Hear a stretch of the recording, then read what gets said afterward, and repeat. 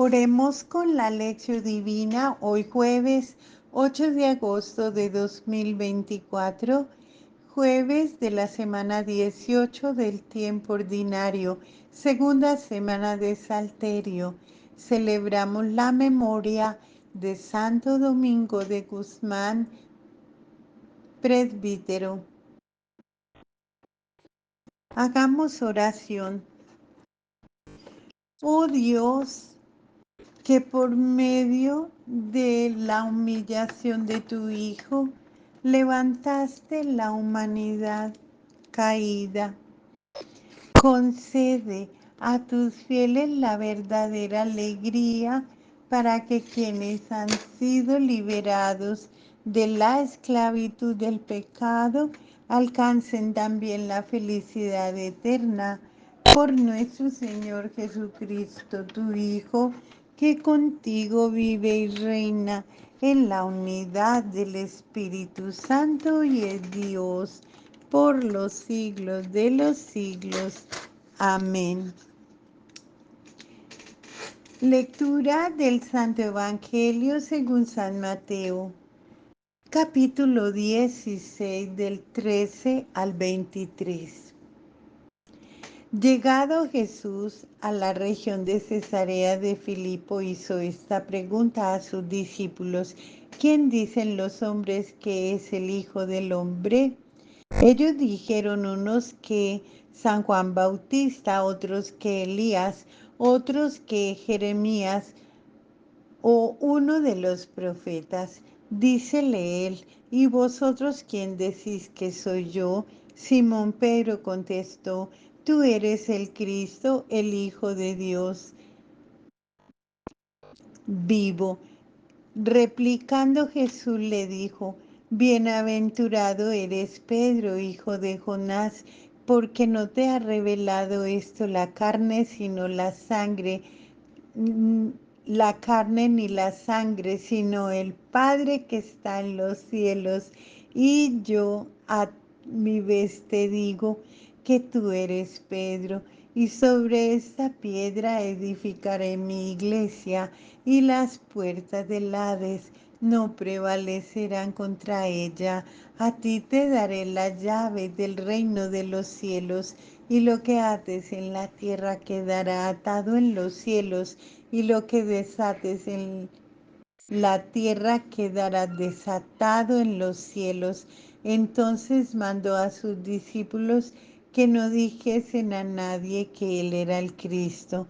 Desde entonces comenzó Jesús a manifestar a sus discípulos que él debía ir a Jerusalén y sufrir mucho de parte de los ancianos, los sumos sacerdotes y los escribas, y ser matado y resucitar al tercer día.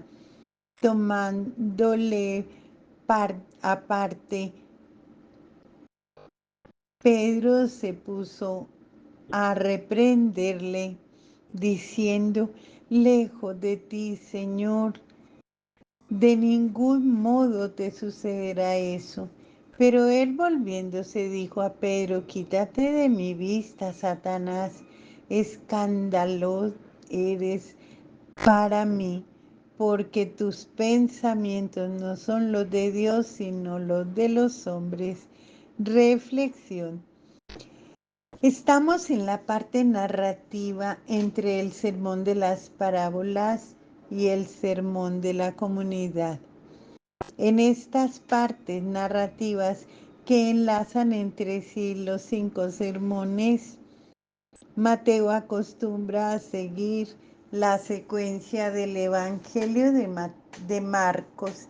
De vez en cuando cita otras informaciones conocidas, sin embargo, también por Lucas, y aquí y allá trae textos que aparecen solo en el Evangelio de Mateo, como en el caso de la conversación entre Jesús y Pedro del Evangelio de hoy. Este texto recibe interpretaciones diversas y hasta opuestas en las diversas iglesias cristianas. En aquel tiempo, Las comunidades cultivaban un lazo afectivo muy fuerte con los líderes que habían dado origen a la comunidad. Por ejemplo, las comunidades de líderes que habían dado origen a la comunidad Siria, que habían dado origen a la comunidad, por ejemplo, la comunidad de Siria, de Antioquía, cultivaban su relación con la persona de Pedro, las de Grecia con la persona de Pablo, algunas comunidades de Asia con la persona del discípulo amado y otras con la persona de Juan en el Apocalipsis. Una identificación con estos líderes de su origen ayudaba a las comunidades a cultivar mejor su identidad y espiritualidad, pero podía ser también motivo de disputa, como en el caso de la comunidad de Corinto. Las opiniones de la gente y de los discípulos respecto de Jesús. Jesús hace preguntas para saber qué piensa la gente con respecto a su persona, el Hijo del Hombre. Las respuestas son variadas, que Juan Bautista, Elías, Jeremías, algún profeta. Cuando Jesús pregunta la opinión de los discípulos, Pedro se vuelve portavoz de todos y dice: tú eres el Cristo, el Hijo de Dios vivo. La respuesta no es nueva. Anteriormente los discípulos habían dicho lo mismo. En el Evangelio de Juan, la misma profesión de fe la hizo Marta. Significaba que en Jesús se realizaban las profecías del Antiguo Testamento. La respuesta de Jesús a Pedro: bienaventurado eres Simón, eres Simón.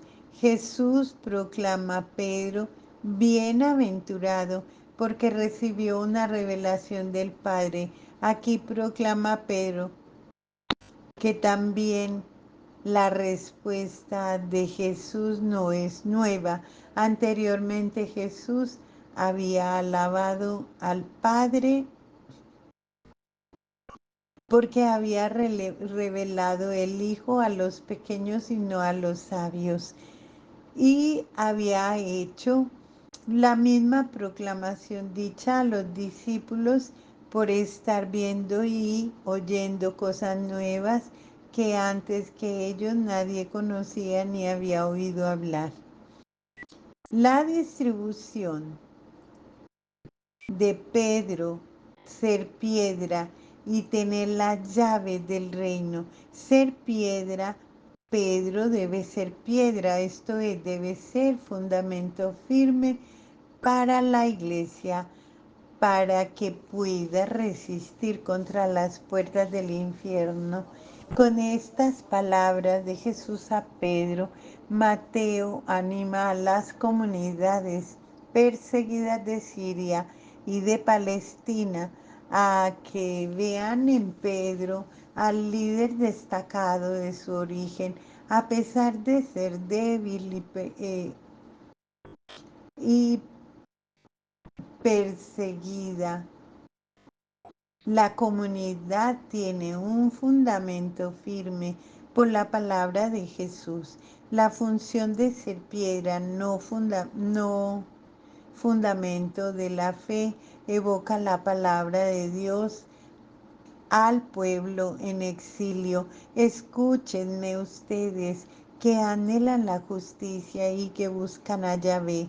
Miren la piedra de que fueron tallados y el corte, la roca de donde fueron sacados. Miren a Abraham su padre y a Sara que lo dio a luz, que era uno solo cuando lo llamé.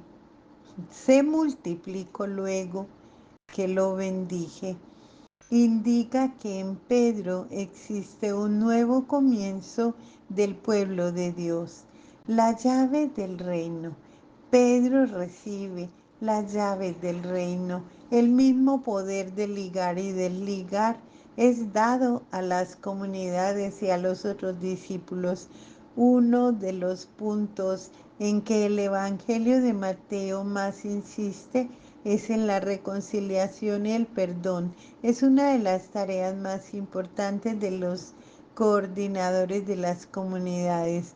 Imitando a Pedro, deben atar y desatar, esto es, hacer el que haya reconciliación, aceptación mutua, construcción de fraternidad hasta 70 veces 7.